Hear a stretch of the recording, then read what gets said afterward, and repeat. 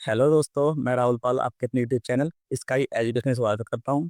आज हम फिजिक्स के कूलम्ब्स के लॉ के बारे में डिस्कस करने जा रहे हैं। ये वीडियो आपके लिए बहुत हेल्पफुल होगा। उम्मीद है पसंद आएगा, तो चैनल को लाइक और सब्सक्राइब कीजिए। चलो बेटा, आज बात करते हैं कूलाम के नियम की।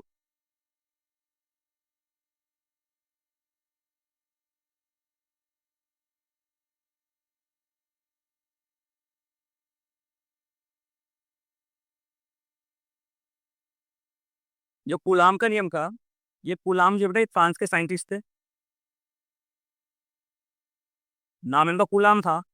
इन्होंने सन 1785 ईस्वी दो स्थिर बिंदु आवेश लिए। कैसे लिए? दो स्थिर बिंदु आवेश। क्योंकि कूलाम का नियम जो लागू होता है आपका,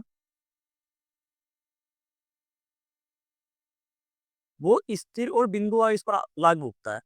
स्थिर का मतलब होता है रुके हुए चार्ज, आवेश रुके हुए होने चाहिए आपके।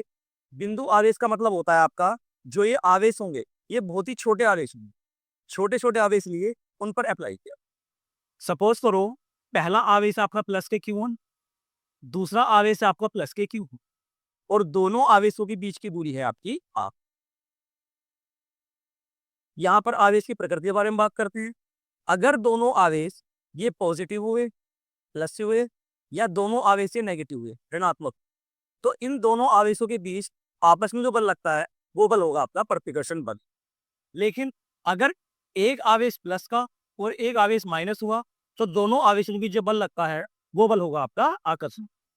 इसके लिए केवल आपको दो स्टेटमेंट याद रखना। पहला, एफ अनुक्रमानुपाती होता है Q1 इंटू Q2 के। साथ साथ यहाँ पर Q1 और Q2 का मोड़ लगाया है। मोड़ का मतलब क्या होता है? अगर आवेश प्लस का है तो प्लस का ही लेना है आपको। अगर आवेश माइनस का है तो भी आपको वैल्यू प्लस की पुट करनी है। क्योंकि जैसे कि देखा होगा, +3 का अगर मोड़ निकालते हुआ तो भी +3 ही आता है। अगर -3 का मोड़ निकालते हुआ तो भी कितना आता है आपका? प्लस के 3 ही आता है। तो जब आवेश का मान रखेंगे, तब केवल आपको आवेश का परिमाण रखना होता है, केवल आवेश की वैल्यू रखनी होती है। आवेश का चिन्ह यूज नहीं करते हैं। आवेश के चिन्ह का यूज केवल बल की प्रकृति निकालने के लिए किया जाता है। जैसे कि अगर समान प्रकृति के आवेश होंगे तो इन पर जो बल लगता है वो आपका प्रतिकर्षण बल होगा। अगर विपरीत प्रकृति के आवेश होंगे तो इनके बीच जो बल लगेगा वो आपका आकर्षण बल होगा। तो यहाँ पर इस एक का मतलब होता है आवेशों के बीच लगने वाला आकर्षण या प्रतिकर्षण बल। ये अनुक्रमानुपाती होता है। किस किस पे डिपेंड करता है? ये दोनों आवेशों के परिमाणों के, मोड़ को परिमाण बोला जाता है, दोनों भी गुना हुई है तो गुणनफल के कैसा है? ये अनुक्रमानुपात। और साथ साथ ये बल डिपेंड करता है दूरी पर भी। दूरी के ये वर्ग के व्युत्क्रमानुपाती होता है। तो केवल आपको ये दो स्टेटमेंट याद रखनी है। एक बार ध्यान सुनिए नियम को यहाँ से। फ्रांस के वैज्ञानिक कूलाम ने सन 1785 ईस्वी में दो स्थिर बिंदु आवेशों के बीच, फ्रांस के वैज्ञानिक कूलाम ने सन 1785 ईस्वी में दो स्थिर बिंदु आवेशों के बीच होने वाली प्रक्रिया को जानने के लिए एक नियम दिया, जिसे क्या कहते हैं? हम कूलाम का नियम कहते हैं। फ्रांस के वैज्ञानिक कूलाम ने सन 1785 ईस्वी में दो स्थिर बिंदु आवेशों के बीच होने वाली प्रक्रिया को जानने के लिए एक नियम दिया, जिसे क्या कहते हैं? कूलाम का नियम कहते हैं। इस नियम के अनुसार, इसको सुनो बेटा ध्यान से। इस नियम के अनुसार, यहाँ एफ का मतलब क्या बताया था आपको? आवेशों के बीच लगने वाला आकर्षण या प्रतिकर्षण बल। क्योंकि ये बल की प्रकृति डिपेंड करती है आवेशों के चिन्ह के ऊपर। अगर दोनों आवेश समान प्रकृति के होंगे तो ये बल आपका प्रतिकर्षित होगा। अगर ये दोनों विपरीत प्रकृति के आवेश होंगे तो बल हमारा आकर्षण होगा। तो दो स्थिर बिंदु आवेशों के बीच लगने वाला आकर्षण या प्रतिकर्षण बल दोनों आवेशों के परिमाणों के गुणनफल के अनुक्रमानुपाती होता है, और दोनों आवेशों के बीच की दूरी के वर्ग के कैसा होता है? आपका व्युत्क्रमानुपाती होता है। जो चीज मनोपोन में लिखी होती है उसे व्युत्क्रमानुपाती कहते हैं, और जो चीज डायरेक्ट लिखी होती है उसे अनुक्रमानुपाती कहते हैं। अनुक्रमानुपाती का मतलब होता है अगर आवेश का मान बढ़ेगा तो बल का मान भी आपका बढ़ेगा। लेकिन व्युत्क्रमानुपाती का मतलब उल्टा होता है। अगर दूरी बढ़ेगी तो बल क्या होगा? आपका घटे। एक बार दोबारा सुनिए नियम को यहाँ से। दो स्थिर बिंदु आवेशों के बीच लगने वाला आकर्षण या प्रतिकर्षण बल दोनों आवेशों के परिमाणों के गुणनफल के अनुक्रमानुपाती होता है और दोनों आवेशों के बीच की दूरी के वर्ग के व्युत्क्रमानुपाती होता है। माना कि दो बिंदु आवेश Q1 और Q2 हैं जिनके बीच की दूरी r है, तो F अनुक्रमानुपाती होगा Q1 Q2 के और F व्युत्क्रमानुपाती होगा बेटा 1/r²। इसको आप समीकरण नंबर 1 और इसको आप समीकरण नंबर 2 कह सकते हैं। अगर समीकरण 1 और 2 को आप एक साथ कंबाइन करते हो समीकरण 1 व 2 से, तो F आएगा आपका एक बार प्रोपोर्शनल, यहां पर बचा हुआ आपका Q1 इंटू Q2 अपॉन क्या आपका ये r²। जब जब ये प्रोपोर्शनल का सिंबल हटता है फिजिक्स के अंदर, तब तब एक नियतांक आता है। इसको रिमूव करने के बाद आपका नियतांक आता है F बराबर के, यहाँ पर रिमूव करेगा के आएगा आपका, बाकी Q1 Q2 अपॉन क्या आपका है r²। यही आपका मुख्य फॉर्मूला है बल निकालने। यहाँ के वैसे तो एक समानुपाती नियतांक है, पर इसी के को हम कूलाम नियतांक के नाम से भी जानते हैं। तो इस कैपिटल के को क्या कहा जाता है? कूलाम नियतांक। करिए नोट्स, चलो आगे देखते हैं।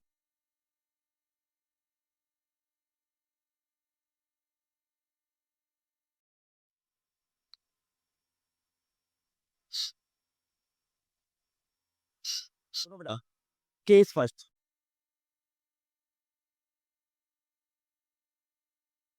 केस फर्स्ट के लिए हम बात करते हैं निर्वात या वायु के लिए।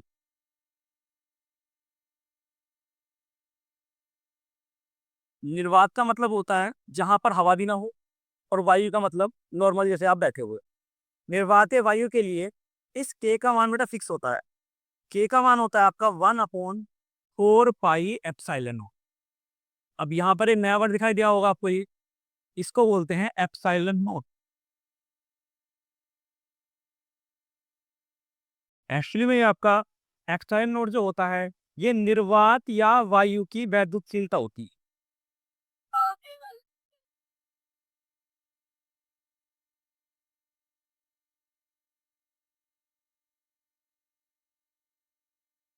एप्सिलॉन नॉट जो वर्ड है आपका, ये निर्वात या वायु की वैद्युतशीलता है। वैद्युतशीलता का मतलब होता है कि आपको कितनी परमिशन मिल रही है इन आवेशों के बीच बल लगाने के लिए, ये उसकी बात करता है। यानी ये परमिशन देने की बात करता है आपका एप्सिलॉन। इसकी वैल्यू फिक्स होती है आपकी। इस एप्सिलॉन नोट की वैल्यू होती है हमारे पास 8.85 इंटू 10⁻⁻12। यूनिट होती है इसकी कूलाम स्क्वायर अपॉन में न्यूटन मीटर। अगर इस वैल्यू को आप यहाँ पुट करोगे तो क्या आपको के की वैल्यू मिल जाएगी? के बराबर फॉर्मूला का हमारे पास 1/4 पाई, पाई का मान आप जानते हो 3.14 होता है। एप्सिलॉन नोट, ये हमारे पास वैल्यू ऑलरेडी मिल गई आपको यहाँ से। इसकी वैल्यू होती है 8.85 इंटू 10⁻⁻12। जब इसे कंप्लीट आप सोल्व करोगे तो ये वैल्यू सोल्व होने के बाद अप्रोक्स 8.995 के समथिंग आती है। इसको लगभग में लिख देते हैं हम, यहाँ पर ये सोल्व होने के बाद आता है 9 इंटू 10⁻9। तो यहाँ से आपके बल का फॉर्मूला तैयार हो जाएगा यहाँ से। अगर आप बल निकालते हो F, लेकिन ये बल केवल निर्वात या वायु में ही काम करेगा, आपका माध्यम में काम नहीं करेगा। तो निर्वात या वायु के लिए इस बल का जो फॉर्मूला होगा आपका F निर्वात बराबर क्या था हमारे पास के, और के आपने सोल्व करके अभी निकाला यहाँ से। के की वैल्यू हमारे पास कितनी सोल्व हो गई? 9 इंटू 10⁻9। तो फॉर्मूला होगा बेटा आपका 9 इंटू 10⁻9, बाकी Q1 इंटू Q2 अपॉन क्या आपका r²। 90% न्यूमेरिकल्स जो होते हैं आपके, वो जनरली निर्वात या वायु पर ही होते हैं, जो आपका ई फॉर्मूला यूज करते हैं। इसको नोट डाउन करिए, फिर एक क्वेश्चन कराते हैं।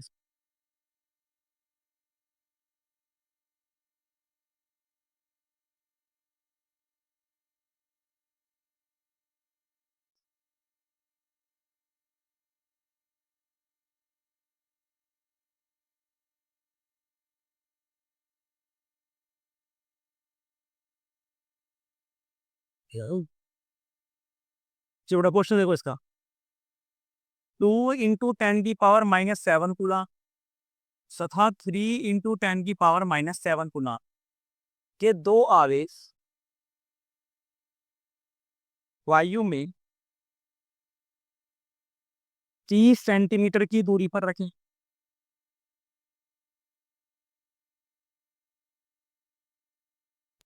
इनके बीच लगने वाला प्रतिकर्षण बल ज्ञात कीजिए।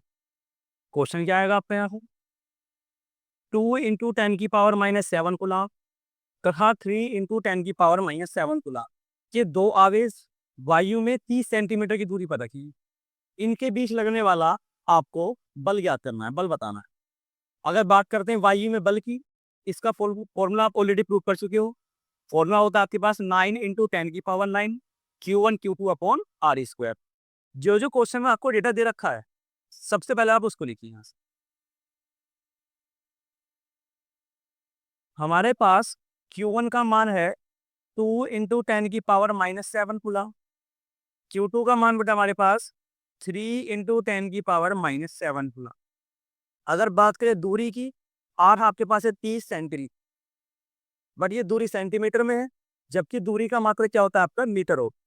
अगर सेंटीमीटर को मीटर में चेंज करते हैं तो 100 से डिवाइड करते हैं, 0 0 कैंसिल हो जाएगी आपकी।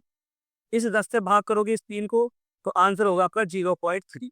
ये कन्वर्ट हो गया आपका मीटर। फॉर्मूला जैसे कि आप जानते हो, फॉर्मूला होता है 9 × 10⁹ Q1 Q2 अपॉन R²। अगर वैल्यू पुट करेंगे इसके अंदर यहाँ से, S इक्वल 9 × 10⁻⁹ सेम रहेगा हमारे पास। Q1 का मान हमारे पास है 2 × 10⁻⁻7। Q2 हमारे पास है बेटा 3 × 10⁻⁻7 अपॉन R²। R का मान है आपके पास 0.3। इसको एक बार 0.3 को लिखना पड़ेगा, क्योंकि R का मान आपका 0.3 है और ये आप फॉर्मूले में आपका R का स्क्वायर। सबसे पहला काम इस पॉइंट को हटाने करते हैं। इस पॉइंट को रिमूव करेंगे, ऊपर एक 0 आ जाएगी। आप इस पॉइंट को रिमूव करेंगे, ऊपर एक 0 पड़ जाएगी। 3 × 3 कितना होगा आपका? 9। इस 9 से आपका 9 क्या हो जाएगा? 10। नंबर की नंबर के साथ मल्टीप्लाई कर दो और पावर को पावर के साथ मल्टीप्लाई कर दो। नंबर की बात की जाए तो नंबर हमारे पास है 2 और 3। 2 3 जो आपका 6 होगा। पावर की बात की जाए, -7 पावर ये, -7 पावर ये, पावर कितने की? -14। प्लस के 2 पावर ये है 10 की आपकी, और +9 पावर ये है, तो +9 ये और +2 पावर ये, कितनी पावर होगी हमारे पास? 11 11 11 पावर पॉजिटिव है आपकी और 14 पावर नेगेटिव है आपकी। अगर माइनस के 14 में प्लस के 11 ऐड करेंगे तो कितनी पावर बचेगी आपके पास? 10 की पावर 3। वो भी माइनस के, तो -3 होगा। बल के यूनिट क्या होती है आपकी? न्यूटन। तो इतना बल लगेगा दोनों आवेश के। नोट डाउन करिए इसको।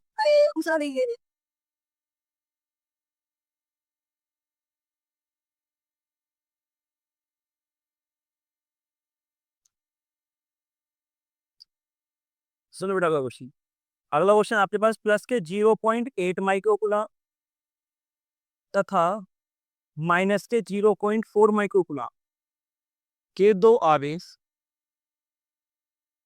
वायु में एक दूसरे को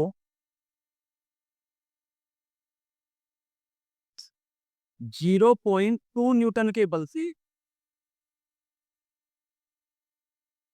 आकर्षित करते हैं।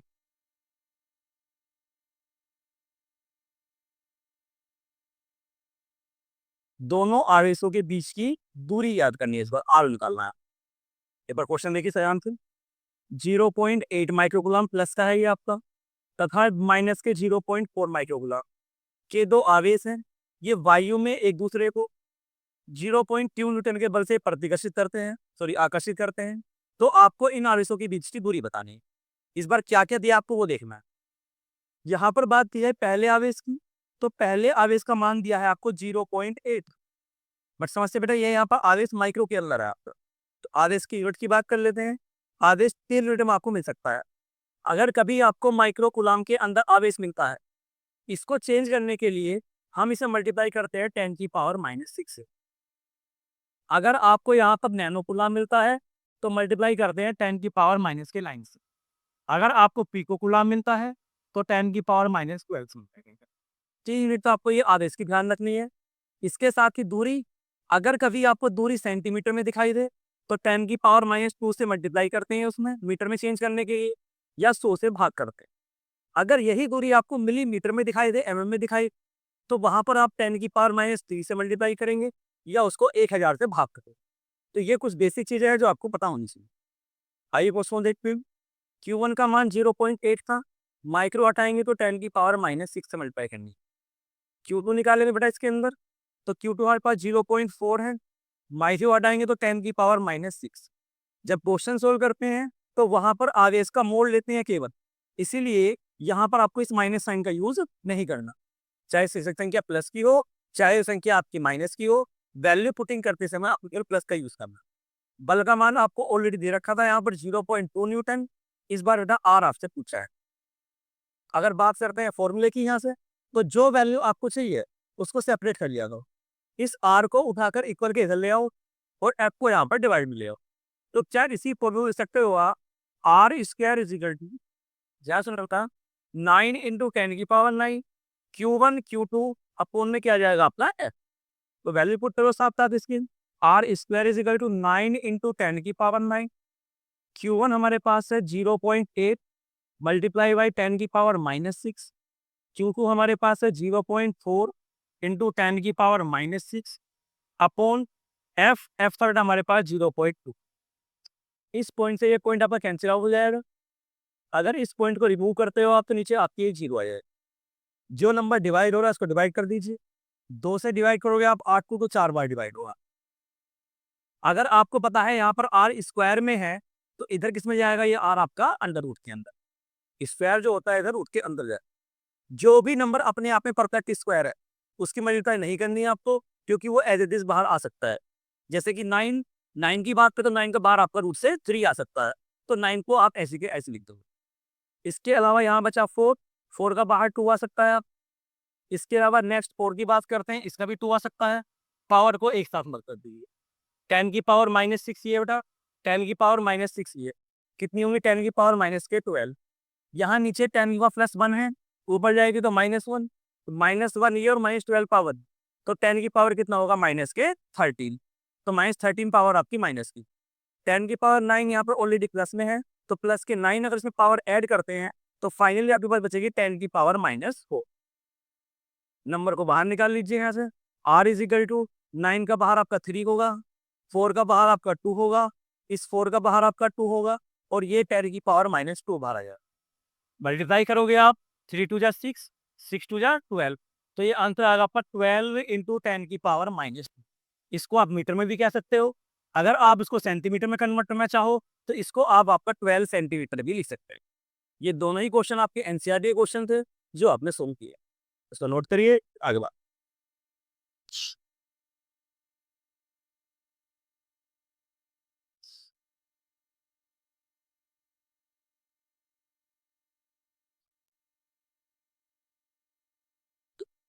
एक लास्ट क्वेश्चन कर लीजिए बेटा इस टॉपिक के ऊपर। यहाँ से दो प्रोटॉनों के बीच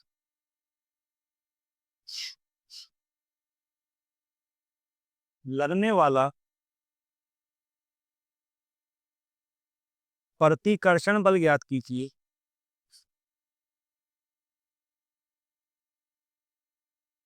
वायु में ज्ञात कीजिए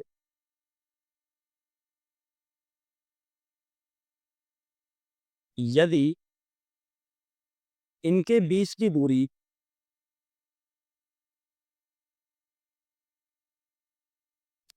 4 × 10⁻⁻15 मीटर हो। एक बार क्वेश्चन सुन लीजिए जरा ध्यान। दो प्रोटॉनों के बीच लगने वाला प्रतिकर्षण बल ज्ञात कीजिए यदि इनके बीच की दूरी, यानी दोनों प्रोटॉनों के बीच की दूरी आपकी 4 × 10⁻⁻15 मीटर। तो इस क्वेश्चन के अंदर में आपको आवेश का ध्यान रखना है। जैसे कि यहाँ पर आवेश की बात की जाए तो क्वेश्चन में आपको आवेश डायरेक्ट नहीं दिया हुआ, लेकिन आपको इतना पता होना चाहिए जो प्रोटॉन होता है, चाहे बेटा इलेक्ट्रॉन हो या प्रोटॉन हो, अगर दोनों ही आपके ये भी प्रोटॉन है और ये भी प्रोटॉन है, तो प्रोटॉन पर जो आवेश होता है वो बराबर होता है। किसके बराबर होता है, इलेक्ट्रॉन के आवेश के। तो यहाँ पर Q1 का मान भी सेम होगा आपका और Q2 का मान भी सेम होगा, कि दोनों प्रोटॉन है।